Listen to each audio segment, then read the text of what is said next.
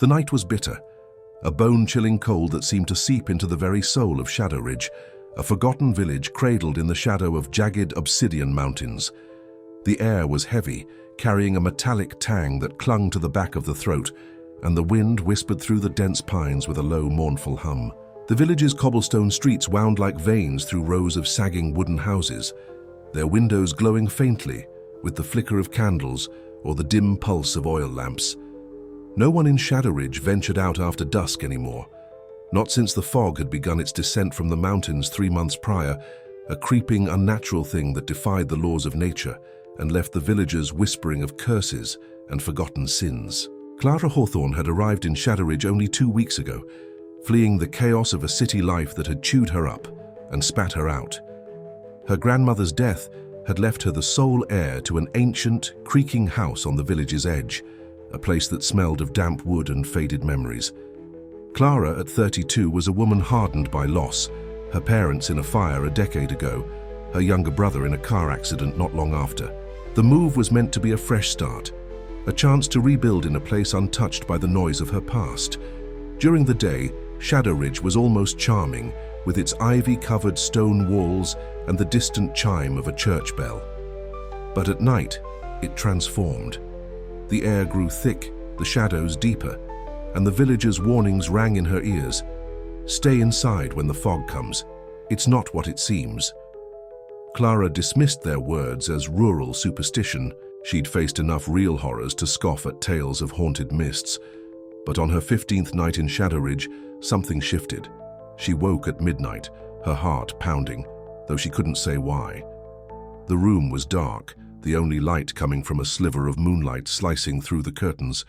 Then she heard it, a low rhythmic hum, like the drone of a distant engine, but it seemed to come from everywhere and nowhere, vibrating through the walls and into her bones. She sat up, her breath catching, and padded to the window. Peeling back the curtain, she froze. The village was gone, swallowed by a fog so dense it looked like a living thing. It didn't drift or settle like normal mist. It moved with purpose, curling around trees, sliding over rooftops, glowing with a sickly, pale light that pulsed in time with the hum. Clara's first instinct was to stay put, but curiosity, a trait that had both saved and cursed her in the past, gnawed at her. She pulled on a heavy wool coat, grabbed a flashlight and slipped on her boots.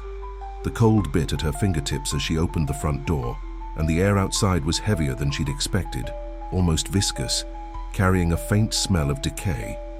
The fog seemed to watch her, retreating slightly when she stepped forward, then creeping closer when she paused.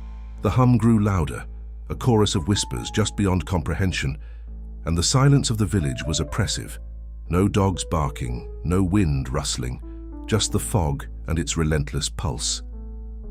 She made her way toward the village square, her boots echoing on the cobblestones. The fog parted reluctantly before her flashlight's beam, revealing glimpses of familiar landmarks, the bakery with its crooked sign, the tavern with its boarded windows. In the square stood a weathered statue of an angel, its stone wings chipped and its face eroded by time, though its blank eyes seemed to follow her. The fog swirled around it, forming patterns that looked almost like faces, distorted, eyeless, mouths stretched in silent screams. Clara's pulse quickened, but she pressed on, driven by a need to understand what she was facing. Then she saw it. A figure in the fog, human in shape, but wrong in every other way. It moved slowly, its outline blurred, as if it were part of the mist itself. Clara called out, her voice trembling, "Hello? Is someone there?" The figure stopped, turned toward her, and her stomach dropped. Where a face should have been was nothing, just a smooth, featureless void.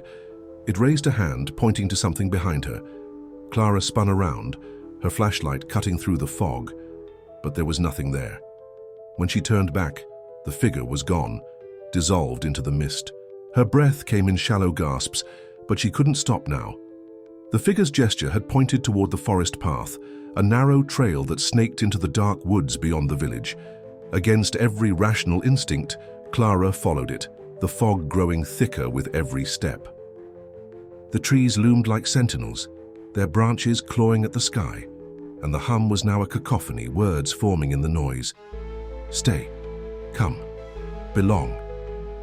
The voices were not human, laced with a sorrow so deep it felt like a physical weight. Clara's flashlight flickered and she clutched it tighter, her knuckles white. The path led to a clearing where an ancient well stood, its stones crumbling and choked with ivy. The fog poured from it like smoke from a chimney, rising in slow, deliberate spirals. Clara approached, drawn by an invisible force, her heart pounding so hard she thought it might burst. She peered into the well, expecting water, but saw only a void, a black, pulsating nothingness that seemed to stare back. The hum crescendoed, and a voice, clear and achingly familiar, called her name. Clara. It was her mother's voice, soft and warm, the voice she hadn't heard since she was a child. Clara stumbled back, her mind reeling. Her mother had died years ago, consumed by flames in a tragedy Clara still blamed herself for. This couldn't be real. But the voice came again. Clara, don't be afraid.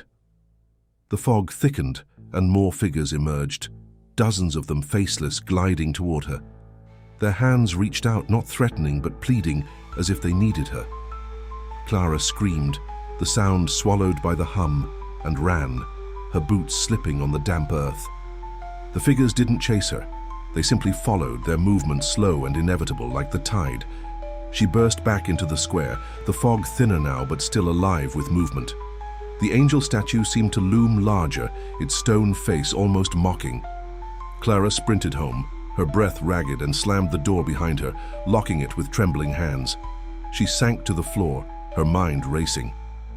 The hum had faded, but the voices lingered, echoing in her skull. You can't escape, you're ours.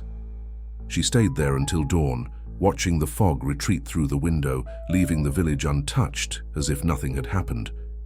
Morning brought a deceptive calm. The sun cast long shadows across the cobblestones, and the villagers went about their routines, carrying baskets of bread, tending to livestock, but their eyes avoided Clara's. She tried asking about the fog, knocking on doors and stopping people in the street. Most brushed her off with nervous glances. Old Mrs. Harrow, the village's unofficial historian, was the only one who spoke, her voice low and trembling. Don't ask about the fog, girl. It listens. It knows. When Clara pressed, the old woman shut her door, muttering prayers. Desperate for answers, Clara turned to the village library, a cramped building filled with moldy books and yellowed records. She spent hours poring over handwritten journals, some dating back centuries. One account, scrawled in faded ink, told of a cult that had thrived in Shadow Ridge long ago. They worshipped something they called the Eternal, a force they believed dwelled in the well. The cult promised immortality to those who offered themselves to it, but the price was their humanity. The fog, the records claimed, was the Eternal's breath, carrying the souls of those who had surrendered, and those it had taken by force. The last entry, dated 1723, ended abruptly. The fog grows hungrier. It will not stop. Clara's nights became a torment. The fog returned every evening, thicker and bolder, the faceless figures creeping closer to her house. She began to see familiar shapes among them. Her mother, her brother, even her grandmother, their faces clear for a moment before dissolving into voids. They didn't speak, but their presence was a constant pull, a promise of reunion laced with dread. Clara stopped sleeping, her days blurring into a haze of fear and exhaustion. She boarded her windows, locked every door, but the hum seeped through and the voices grew louder. Join us. You'll never be alone. She confided in Elias, the village's only blacksmith, a gruff man in his 50s who had been kind to her since her arrival. Over a cup of bitter tea in his cluttered workshop, she told him everything. Elias listened, his face darkening. I lost my daughter to that fog, he said finally, his voice rough.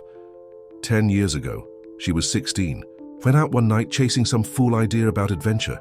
Never came back, but I see her sometimes in the mist. She's not herself anymore. He warned Clara to leave Shadow Ridge, to pack her things and never look back. But Clara couldn't. The fog had rooted itself in her mind, its pull stronger than her fear. A week later, Clara could bear it no longer. The voices were a constant presence now, even in daylight, and the figures lingered at the edge of her vision, waiting. She made a decision, not out of bravery but desperation. She gathered her flashlight, her mother's necklace, and a pocket knife, and headed for the forest. The fog was waiting, thicker than ever, a wall of pale light that parted only enough to let her pass. The figures were everywhere, hundreds of them, their hands brushing her coat as she walked. The hum was a roar, the voices a symphony of longing. Clara, come. Home. In the clearing, the well pulsed with energy, its void deeper and darker than before. Clara stood at its edge, her heart torn between fear and yearning. She saw her mother's face in the fog, her brothers, her grandmothers, all smiling, all beckoning. "We're here," they said. "We've been waiting." Clara clutched the necklace, its familiar weight grounding her for a moment. She thought of Elias, of his warning, of the life she'd left behind. But the fog was relentless, its promise of belonging stronger than her will to resist. She closed her eyes, took a breath, and stepped into the void. The next morning, Shadow Ridge woke to silence. Clara's house stood empty, the door swinging on its hinges. The villagers said nothing, but their faces were heavy with resignation. Elias stood in the square, staring at the angel statue, his eyes wet. That night, when the fog descended again, a new silhouette joined the others, moving slowly through the mist, its faceless form searching for something it could never name.